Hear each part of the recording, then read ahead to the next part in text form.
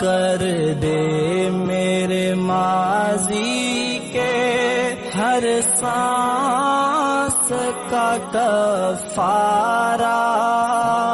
بسم اللہ الرحمن الرحیم، الحمد للہ وکفا وسلام علی عبادہ الذین اصطفیٰ، اما بعد، اعوذ باللہ من الشیطان الرجیم، بسم اللہ الرحمن الرحیم، والصابرین والصابرات، صدق اللہ العظیم۔ بزرگان محترم، عزیزان مکرم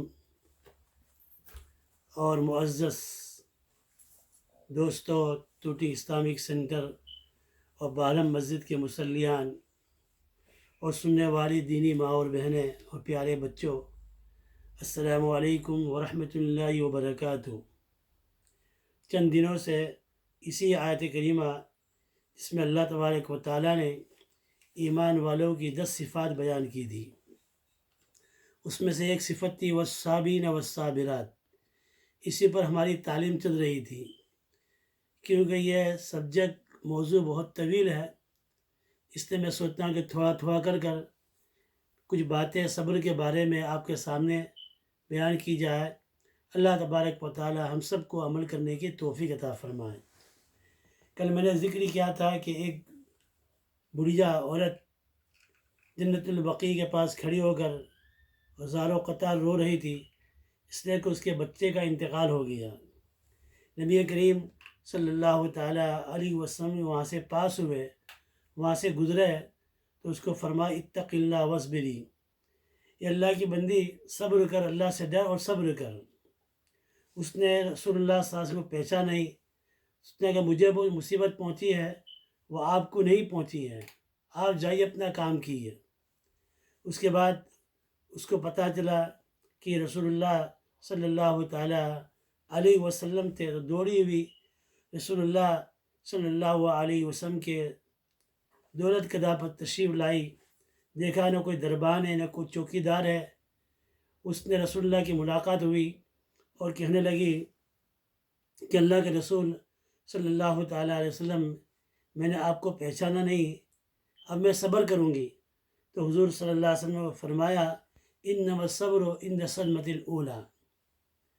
تو اس واقعے سن کر یہ نہ سمجھے کہ کسی کی موت ہو جائے، میت ہو جائے، اپنا عزیز و اقارب قریبی رشتہ دار کا انتقال ہو جائے تو وہ رونا نوحہ کرنا منع ہے۔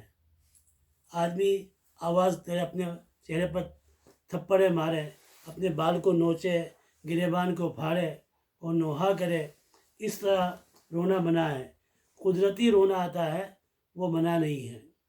چنانچہ بخاری و مسلم کے اندر ایک واقعہ لکھا ہے کہ حضور اکرم صلی اللہ تعالیٰ علیہ وسلم کے صاحبزادے ابراہیم رضی اللہ تعالیٰ عنہ، ان کا انتقال ہوا۔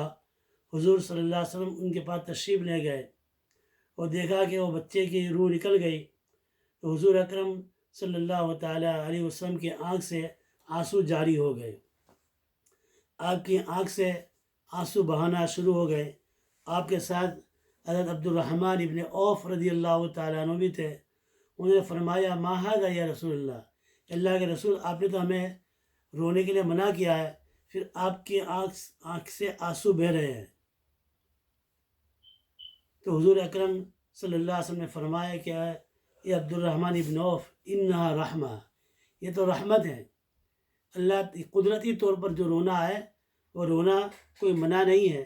اس کے بعد حضور اکرم صلی اللہ علیہ وسلم نے فرمایا، آپ نے فرمایا ان العین تدمع والقلب یحزن ولا تقول الا ما یرضی ربنا وان لفراقک یا ابراہیم لمحزونون۔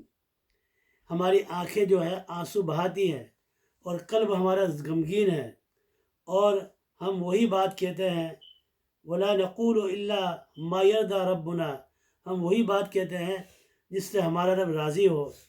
اے ابراہیم، تیری جدائی پر ہم غمگین ہیں۔ تو اسی طرح حضور اکرم صلی اللہ علیہ وسلم کی صاحبزادی زینب رضی اللہ تعالی عنہا کا ایک بیٹا جو تھا وہ بہت بیمار ہو گیا۔ انہوں نے پیغام بھیجا اللہ کے رسول کو کہ میرا بیٹا کی حالت بہت سیریس ہے۔ تو حضور اکرم صلی اللہ تعالیٰ علیہ وسلم تشریف لائے اور آپ نے اس بچے کو اپنے گود میں لیا، 2 مرتبہ تشریف لائے۔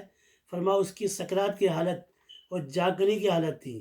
تو حضور اکرم صلی اللہ علیہ وسلم اس سفر میں آپ کے ساتھ حضرت سعد بن عبادہ اور معاذ بن جبل رضی اللہ تعالیٰ عنہ تھے۔ تو آپ نے فرمایا ما ہذا، آپ نے فرمایا رحمت ہے جسے اللہ تعالیٰ اپنے بندوں کے دلوں میں پیدا کرتا ہے۔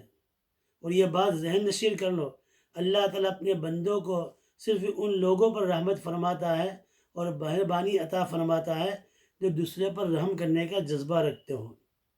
جو آدمی کے دل میں خود دوسروں پر رحم کرنے کا جذبہ ہو تو ایسے حالات کے اندر قدرتی طور پر اس کو رونا آ جاتا ہے اور ٹپ ٹپ اس کی آنکھیں جو ہے بارش کی طرح برسنا شروع ہو جاتی ہے۔ تو شریعت اسلامیہ کے اندر یہ کوئی منع نہیں ہے۔ اچھا، ایک بات اور سمجھ لیں آپ کہ کبھی یہ جتنے بھی تکالیف اور مصائب آتے ہیں اس کی وجہ سے ہمارے گناہ معاف ہو جاتے ہیں، اور یہ گناہ معاف ہوتے ہیں، اور کبھی کبھی یہ رفع درجات بھی ہوتے ہیں۔ یا تو جو مصیبت ہے یا تو کیا ہوگا کہ اس سے مکفرات الذنوب ہوں گے یا رفع درجات کا ذریعہ بن جائیں گے۔ اب ہمیں کیسا پتہ چلے کہ ہمیں جو مصیبت آیا اس سے ہمارے مکفرات الذنوب ہے یا یہ ہے کہ اللہ کا عذاب بن کر آئی یا ہمارے درجات بلند ہونے والے ہیں؟ انبیاء علیہ السلام تو معصوم ہوتے ہیں، ان پر بھی کتنی تکلیف آئی لیکن کیا ہے، ان کے درجات بلند ہوتے ہیں۔ اس طرح بہت سے اللہ کے ولی نیک صالحین لوگ دنیا میں گزرے ہیں، ان پر بھی کچھ نہ کچھ تکلیف آتی رہتی ہے، تو وہ تکلیف کی وجہ سے ان کے رفع درجات ہوتے ہیں، درجات بڑھتے ہیں۔ تو بعض مرتبہ یہ مصیبتیں آتی ہیں، یہ عذاب بن کر بھی آتی ہیں۔ اب اس کی پہچان کیا ہے کہ آیا میرے پر مصیبت آئی ہے، یہ میرے مکفرات الذنوب ہے، یہ رفع درجات کا ذریعہ ہے یا یہ عذاب ہے؟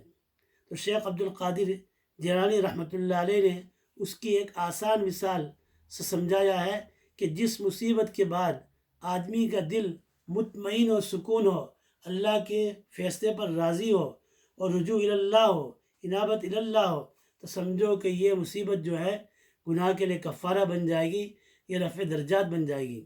لیکن مصیبت کے بعد آدمی شکوہ شکایت کو شروع کر دے، جزا فضا شروع کر دے اور اللہ تعالیٰ کے شان کے اندر ایسی باتیں کرے جو شان میں گستاخی ہوا، تو پھر سمجھ لینا چاہیے اس کے بعد اس کو سکون نہ ہو، اللہ کے حکم پر راضی نہ ہو، تو سمجھ لینا چاہیے کہ یہ مصیبت عذاب بن کر آئی۔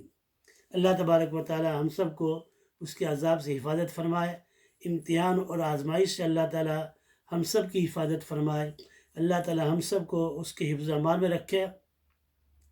اللہ تبارک و تعالی ہم کو ان باتوں کو سننے کی توفیق عطا فرمائی، عمل کی توفیق بھی عطا فرمائے۔ سبحان اللہ و بحمدہ، سبحانک اللہم و بحمدک، نشہد ان لا الہ الا انت، نستغفرک و نتوب الیک۔ یا ارحم الراحمین، ہم سب کے گناہوں کو معاف فرما، خطاؤں کو درگزر فرما، لغزشوں کو معاف فرما۔